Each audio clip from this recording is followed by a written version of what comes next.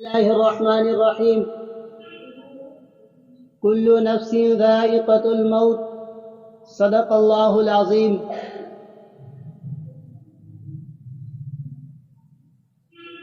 صدر انجمن اور حاضران مجلس، میں آپ حضرات کے سامنے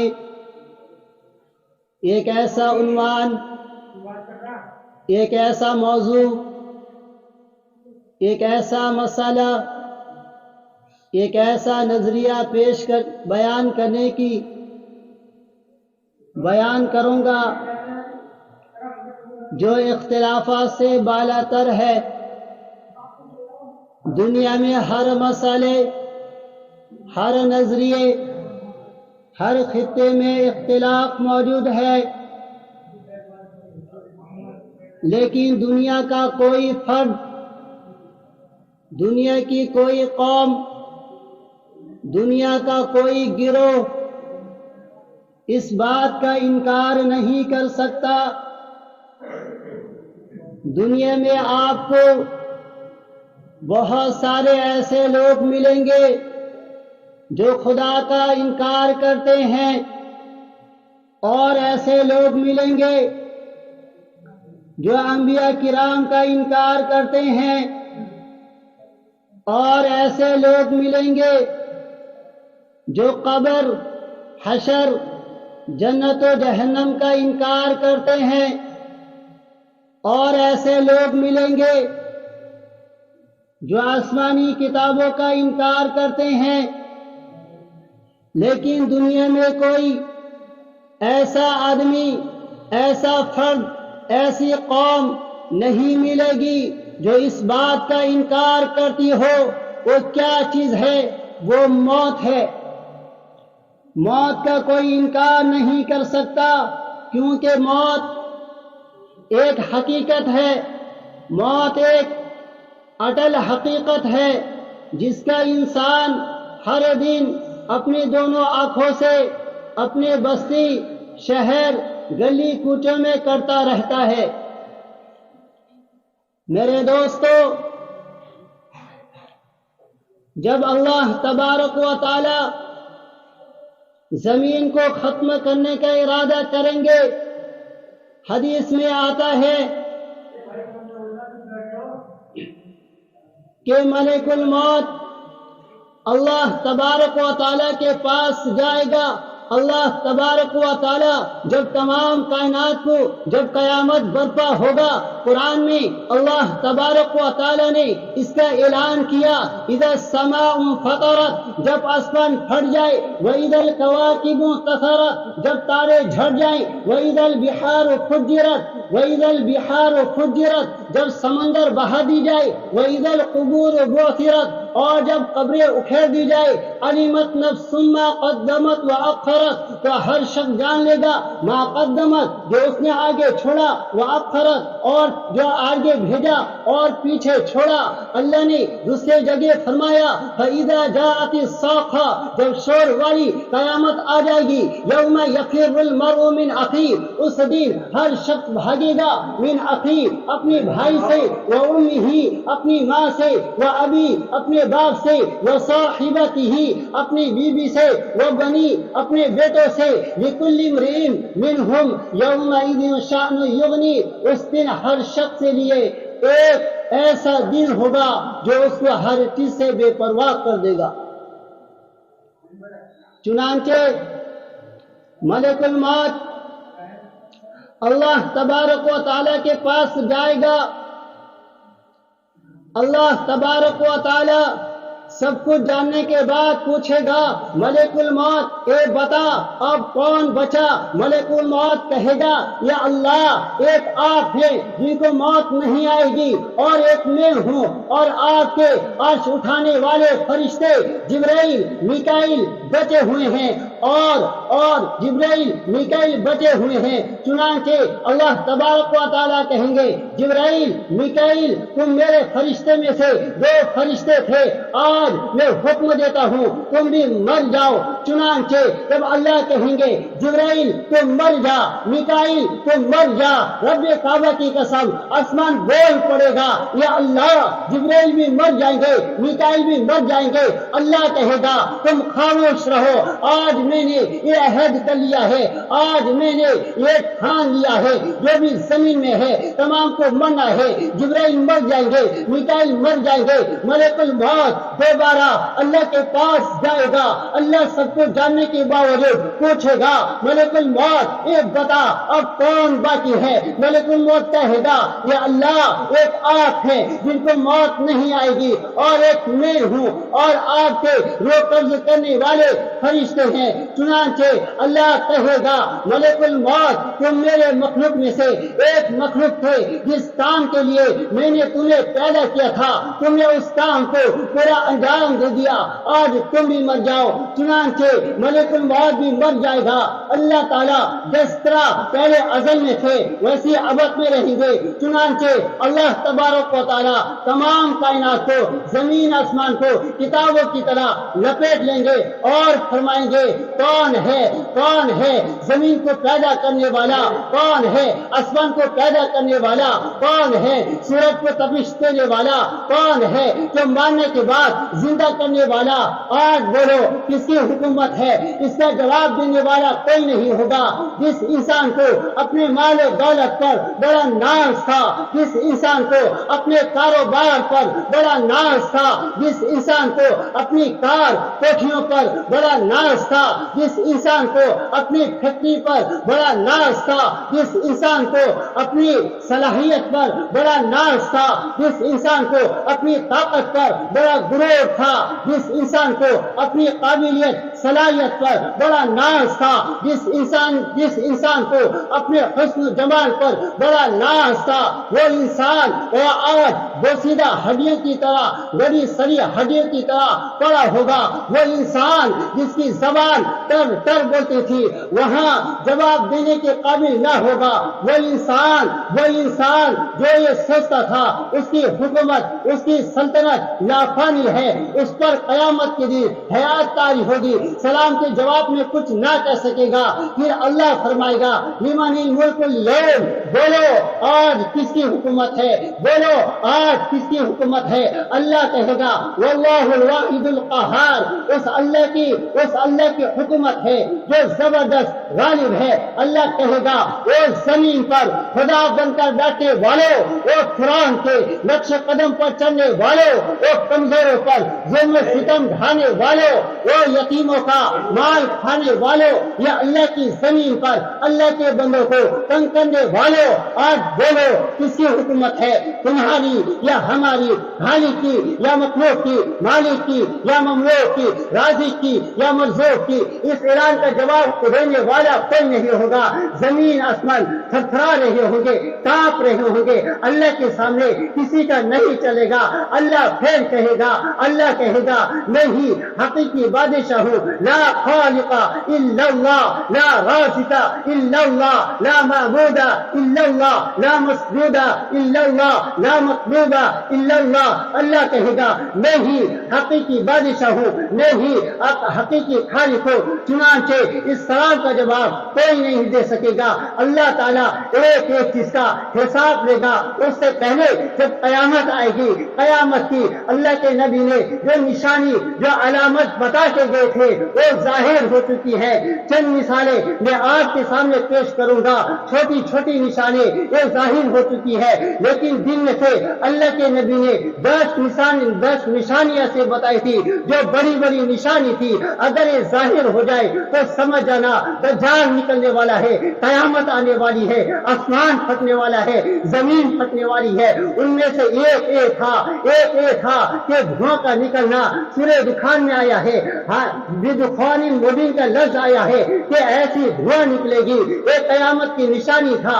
اللہ کے نبی کے زمانے میں ایک مرتبہ ایک دھواں نکلا تھا, لیکن مفسرین نے لکھا ہے ایک دھواں نہیں ہے جس کا قرآن میں تذکرہ ہے, لیکن 2010 میں ایک دھواں 2010 میں ایک دھواں انگلینڈ سے نکلا. وہاں پر ایک بستی ہے، غریب ملک ہے، وہاں سے نکلا. اتنا خطرناک دھواں تھا. پورا امریکہ، پورا یورپ اللہ کے پکڑ میں تھا. پورا یورپ میں ایک ملک نہیں 50 ملک ہے، لیکن پورا یورپ کو اللہ نے پکڑ لیا. ایسا دھواں تھا. لوگ کہتے ہیں ہمیں نظر نہیں آ رہا تھا. لوگ کھانے کے لیے تڑپ گئے، پینے کے لیے تڑپ گئے، پہننے اوڑھنے کے لیے تڑپ گئے. ایسا دن تھا. لوگ کہتے ہیں ہم جب دروازہ کھولتے تھے 1 سیکنڈ میں پورا دھواں سے گھر بھر جاتا تھا. کھانا کھانے کے لیے روٹی میسر نہ ہوتی تھی. کہتے ہیں کہ دال پکا کے دال کو چبا کر ہم نے اپنی زندگی گزارا. ایک علامت یہ تھا کہ دھواں کا نکلنا. ایک دھواں 2010 میں یورپ میں نکل گیا. اور ایک نشانی یہ تھا خسف المشرق، چنانچہ مشرق کا زلزلہ 2011 میں جاپان میں نکلا. ایسا خس کا لفظ آیا ہے، عربی میں اس کو کہتے ہیں کہ زمین پھٹے گی، زندہ انسان زمین کے اندر گھس جائے گا. یہ 2011 میں جاپان میں نکلا. چنانچہ لکھنے والے لکھتے ہیں کہ 1.5 لاکھ آدمی مر گئے اور 25,000 آدمی غائب بتائے گئے. وہ خسف مشرق کا زلزلہ یہ 2012 میں ترکی میں ہوا. چنانچہ تقریباً 56,000 آدمی مر گئے. اسی طرح جزیرۃ العرب یہ زلزلہ چنانچہ ایران یمن سعودی میں ہوا. چنانچہ 25,000 لوگ مر گئے اور 50,000 لوگ غائب بتائے گئے. یہ نشانی تھی، یہ نشانی ظاہر ہو چکی. اسی طرح اللہ کے نبی نے کہا، اللہ کے نبی نے جس کی تعلیم دی تھی ایک تھا دجال کا نکلنا.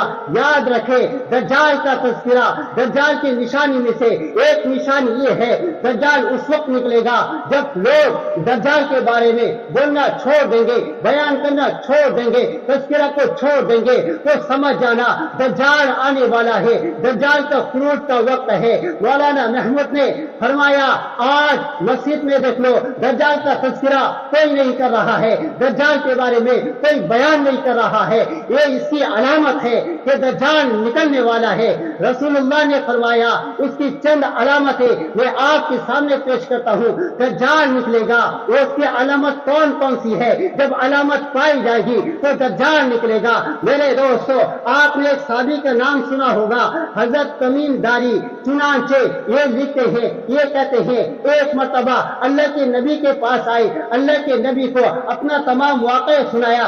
اللہ کے نبی ممبر پر تشریف لے گئے. چنانچہ آواز لگا دی مسجد میں آ جاؤ. تمام صحابہ کو بلایا. تمام صحابہ پریشان ہو گئے. اللہ کے نبی نے آواز لگائی ہے، نہ جانے کام کیا ہے. چنانچہ تمام لوگ آ گئے. ان میں سے ایک صحابیہ ہے، وہ فرماتی ہے حضرت قیس ہے، وہ فرماتی ہے کہ میں گھر میں تھی جب تمام لوگ آ گئے، میں بھی چلی آئی. چنانچہ اللہ کے نبی نماز پڑھوائی، میں نماز پڑھی. اس وقت فتنے کا دور نہیں تھا، عورتوں کی اجازت تھی. چنانچہ وہ صحابی بھی آ گئی، اللہ کے نبی کے پیچھے نماز ادا کی. پھر اللہ کے نبی نے نماز سے فارغ ہو کر ممبر پر کھڑے ہو گئے اور اعلان کیا تمام صحابہ اپنی جگہ میں بیٹھے رہے، کوئی آدمی اپنے جگہ سے نہ اٹھے. چنانچہ تمام صحابہ جمع ہو گئے. 70 تاریخ ہے، اللہ کے نبی کیا کہیں گے؟ چنانچہ اللہ کے نبی کھڑے ہوئے اور کہنے لگے میں تمہیں اس لیے نہیں بلایا تھا تاکہ کسی چیز سے ڈراؤں یا خوشخبری دوں. میں اس لیے بلایا کہ حضرت تمیم جو پہلے نصرانی تھے ایمان قبول کر لیا. ایمان قبول کرنے کے بعد انہوں نے دجال کا واقعہ سنایا.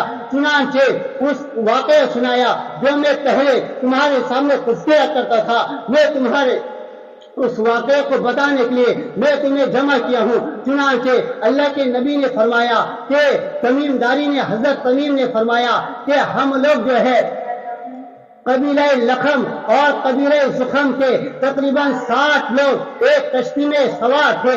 کشتی میں سوار ہو کر سمندر میں سفر کر رہے تھے. چنانچہ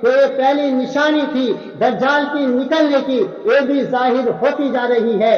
دوسرا دجال پوچھا، یہ بتاؤ کہ بحر تبریہ میں پانی ہے یا نہیں؟ بحر تبریہ یہ اردن اور فلسطین کے درمیان ایک نہر ہے، ایک دریا ہے، ایک سمندر ہے، اس کو بحر تبریہ کہا جاتا ہے. تو دجال نے دوسرا سوال کیا، اے بتاؤ بحر تبریہ میں پانی ہے یا نہیں؟ چنانچہ تمیمداری کہنے لگے وہاں پانی تو بہت ہے. چنانچہ دجال کہنے لگا ایک وقت ایسا آئے گا کہ وہاں کا پانی خشک ہو جائے گا. اب موجودہ دور میں لوگ بتاتے ہیں، اگر انٹرنیٹ میں آپ اس کی تصویر دیکھیں گے کہ وہاں کا پانی دن بدن خشک ہوتے جا رہا ہے، کم ہوتے جا رہا ہے. تو یہ دجال کی نکلنے کی دوسری نشانی تھی، یہ بھی ظاہر ہوتی جا رہی ہے. تیسری، اس کے بعد میں پھر دجال نے کہا زغر جو ایک چشمہ ہے اس کا پانی خشک ہے یا اس سے پانی آ رہا ہے؟ چنانچہ انہوں نے کہا کہ پانی آ رہا ہے. اسی طرح بحر تبقیہ میں جو پانی ابھی خشک ہوتے جا رہا ہے وہاں یہودیوں نے اپنا پڑاؤ ڈال چکے ہیں. کیوں؟ اس لیے کہ دجال یہودیوں میں سے ہوگا، اور دجال آنے کے جتنے منصوبے تھے یہ یہودی ہموار کر رہے ہیں، تیار کر رہے ہیں. اس لیے تاکہ دجال جب آئے گا، جب فلسطین کو جائے گا تو مسجد اقصی میں ہم قبضہ کریں گے اور پوری دنیا میں ہماری پاور چلے گی، حکومت چلے گی. یہودی کا یہ سازش ہے کہ آج بحر تبقیہ میں وہاں پڑاؤ ڈالے ہیں. جب پورے دنیا کے یہودی فلسطین آ رہے تھے، لیکن بحر تبقیہ ایک ایسا ملک ہے وہاں کے یہودی نہیں آئے. کیوں؟ ان کو پتا ہے کہ دجال آئے گا، یہاں آئے گا، اس لیے انہوں نے وہاں آج تک پڑاؤ ڈال رکھا ہے کہ پانی کب خوش ہوگا اور دجال نکلے گا، ہماری حکومت ہے گی. جس طرح مسلمان یہ چاہتا ہے حضرت عیسیٰ آئیں گے، دجال کو قتل کریں گے، مسلمانوں کی حکومت ہوگی، اسی طرح یہودی یہ چاہتے ہیں دجال آئیں گے، دجال آئے گا، اس کے بعد میں ملک کو فتح کرے گا اور ہماری حکومت ہوگی. پھر دجال نے تیسرا سوال کیا، اے بتاؤ وہ چشمہ ہے اس کا پانی جاری ہے یا خشک ہو چکا؟ چنانچہ وہ کہنے لگے اس کا چشمہ جاری ہے. دجال نے کہا ایک وقت ایسا آئے گا اس کا چشمہ خشک ہو جائے گا.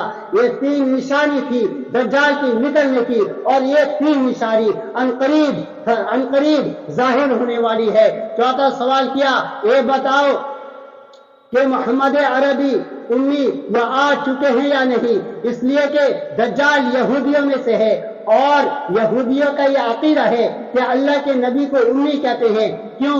مطلب یہ ہے کہ وہ جو ہے اللہ کے نبی کو امی اس لیے کہتے ہیں کہ اللہ کے نبی یہ صرف مشرکوں کے نبی ہے، ان پڑھ کے نبی ہے. یہودی اللہ کے نبی کو امی کہتے ہیں. چنانچہ حضرت تمیمداری کہنے لگے ہاں وہ محمد عربی آ چکے ہیں اور مکہ سے سفر کر کے مدینہ آ چکے ہیں. پھر دجال نے کہا اے بتاؤ عرب کے لوگ ان کے ساتھ دیے یا نہیں، ان سے جنگ کیے یا نہیں؟ چنانچہ وہ کہنے لگے ہاں عرب کے لوگ ان سے جنگ کیے، جیسے جنگ بدر ہوا، جنگ خندق ہوا، اسی طرح جنگ تبوک ہوا، اسی طرح دیگر جنگیں ہوئی. چنانچہ پھر دجال نے کہا عرب والے نے ان سے کیا معاملہ کیا؟ چنانچہ تمیمداری کہنے لگے کہ وہ عرب والے نے ان پر ایمان لے آئے، اسلام قبول کر لیے. دجال نے کہا انہوں نے صحیح کیا. یہاں تک اس نے حضرت تمیمداری سے تمام معلومات لیے. پھر دجال نے کہا آپ پوچھ رہے ہو میں کون ہوں، میں بتاؤں میں کون ہوں، میں دجال ہوں. ان قریب میری نشانی ظاہر ہوتے جا رہی ہے، ان قریب مجھے نکلنے کی اجازت ملے گی. دجال کہاں سے نکلے گا؟ لکھا ہے کہ مشرق کے جانب سے اسفان کے یہودیوں کے درمیان سے نکلے گا۔ حضرت ابو بکر کی روایت ہے، وہ فرماتے ہیں اللہ کے نبی نے فرمایا کہ دجال مشرق کے اس جانب سے نکلے گا جس سے خراسان کہا جاتا ہے۔ یہ خراسان یہ غالباً عراق میں ایک ملک ہے، اس سے خراسان کہا جاتا ہے، وہاں سے دجال نکلے گا۔ اللہ کے نبی کے خادم حضرت انس فرماتے ہیں کہ دجال اسفان کے یہودیوں کے درمیان سے نکلے گا اور 70,000 یہودی اس کے ساتھ ہوں گے۔ چنانچہ حافظ ابن حجر فرماتے ہیں کہ دجال کہاں سے نکلے گا؟ یہ تو مشرق کی جانب سے نکلے گا۔ حافظ ابن کثیر فرماتے ہیں کہ دجال کی ظہور کی ابتدا ایک ایسے علاقے سے ہوگی، ایک یہودیوں کے ایک ایسے نہر سے ہوگی جسے جو ہے الیہودیہ کہا جاتا ہے، وہاں سے دجال نکلے گا۔ دجال مرد ہوگا، جوان ہوگا، سرخ ہوگا، پست قد ہوگا، بھاری بھرکم جسم والا ہوگا، اس کے جسم میں بہت سارے بال ہوں گے، اس کا چہرہ، اس کا پیشانی کشادہ ہوگا، چوڑے سینے والا ہوگا، چنانچہ اس کا ایک آنکھ خراب ہوگا، نہ زیادہ نہ ابھری ہوئی ہوگی، نہ اندر کو دھسی ہوئی ہوگی، ایسی ہوگی گویا کہ چپتا ہوا انگور ہے۔ دوسرا آدمی اس کا خراب ہوگا۔ بعد میں لکھا ہے وہ ایک آنکھ سے نابینا ہوگا، بعد میں لکھا ہے کہ 2 آنکھ سے نابینا ہوگا۔ 70,000 یہودی اس کے ساتھ ہوں گے۔ چنانچہ وہ آئے گا نکلے گا۔ صحابہ نے اللہ کے نبی سے پوچھا یا اللہ کے نبی اس زمین میں کتنے دن تک رہے گا؟ اللہ کے نبی نے کہا 40 دن رہے گا۔ پہلا دن 1 سال کے برابر ہوگا، دوسرا دن 1 مہینے کے برابر ہوگا، تیسرا دن 1 ہفتے کے برابر ہوگا اور باقی ایام عام دنوں کے مانند ہوں گے۔ پھر صحابہ نے پوچھا یا اللہ کے نبی اس کی رفتار، اس کی چلن زمین میں کتنی تیزی کے ساتھ ہوگی؟ اللہ کے نبی نے کہا اس بارش کے مانند چلے گا جس کے پیچھے ہوا لگی ہوئی ہو، جس کا بارش برستا ہے اور ہوا اس کو دھکیل کے لے کے چلی جاتی ہے، اسی طرح دجال اتنی رفتار سے چلے گا، پورے ملک کا سفر کرے گا، لوگوں کے پاس آئے گا، لوگوں کو بہکائے گا۔ اللہ نے اتنی اس کو طاقت دی ہے، وہ آئے گا، جہنم اس کے ساتھ ہوگا، جنت اس کے ساتھ ہوگا، سورج کو چنانچہ اسی طرح روٹیوں کے پہاڑ اس کے ساتھ ہوگی، ندیاں اس کے ساتھ ہوگی۔ وہ لوگوں کے پاس آئے گا جہاں سے پانی کا کلیکشن ہوتا ہے، پانی کو بند کر دے گا، پانی آہستہ آہستہ دریا، سمندر، ندی، نالی کے پانی خشک ہو جائیں گے، لوگ پیاس کی وجہ سے تڑپ جائیں گے، بلک جائیں گے، روئیں گے، دھوئیں گے۔ دجال آئے گا اور کہے گا بتاؤ اگر میں پانی لا کے دے دوں کیا مجھے خدا مانو گے؟ چنانچہ ہفتہ لوگ پیاس کے مارے تڑپ جائیں گے، آپ پانی پینے کا انتظار میں رہیں گے۔ جب دجال کہے گا میں پانی دے دوں گا، چنانچہ لوگ کہیں گے ہاں ہم تمہیں خدا مانیں گے، پہلے پانی پلا۔ چنانچہ زمین کو حکم دے گا پانی، چنانچہ آسمان کو حکم دے گا پانی برسا، آسمان پانی برسائے گا، لوگ سیراب ہو جائیں گے، خدا مان لیں گے۔ چنانچہ ایسے دیہات میں جائے گا اور لوگوں کو اپنا دعوت دے گا اور کہے گا کیا مجھے خدا نہیں مانو گے؟ وہ کہیں گے نہیں مانیں گے۔ یہ دجال کہے گا بتاؤ اگر تمہارے سامنے تمہاری ماں تمہارے باپ کو زندہ کر دو تم مجھے خدا مانو گے؟ وہ کہیں گے ہاں اگر ہمارے ماں باپ کو زندہ کر دے ہم تجھے خدا مانیں گے۔ چنانچہ دجال زمین کو حکم دے گا، چنانچہ 2 شیطان اس کے ماں باپ کے شکل میں ظاہر ہوں گے اور کہیں گے میرے بیٹے اس کو خدا مان لے، وہ اس کو خدا مانے گا۔ پھر دجال آئے گا، سفر کرے گا، پھر لوگوں کو بہکائے گا، چنانچہ لوگوں کے پاس آئے گا، آسمان کو کہے گا بارش برسا، آسمان بارش برسائے گا، زمین کو کہے گا سبزی اگا، زمین سبزیاں اگا لے گی۔ لوگ اگر نہیں مانیں گے اس کے ایک ہاتھ میں جنت ہوگی، ایک ہاتھ میں جہنم ہوگی۔ لوگوں کو کہے گا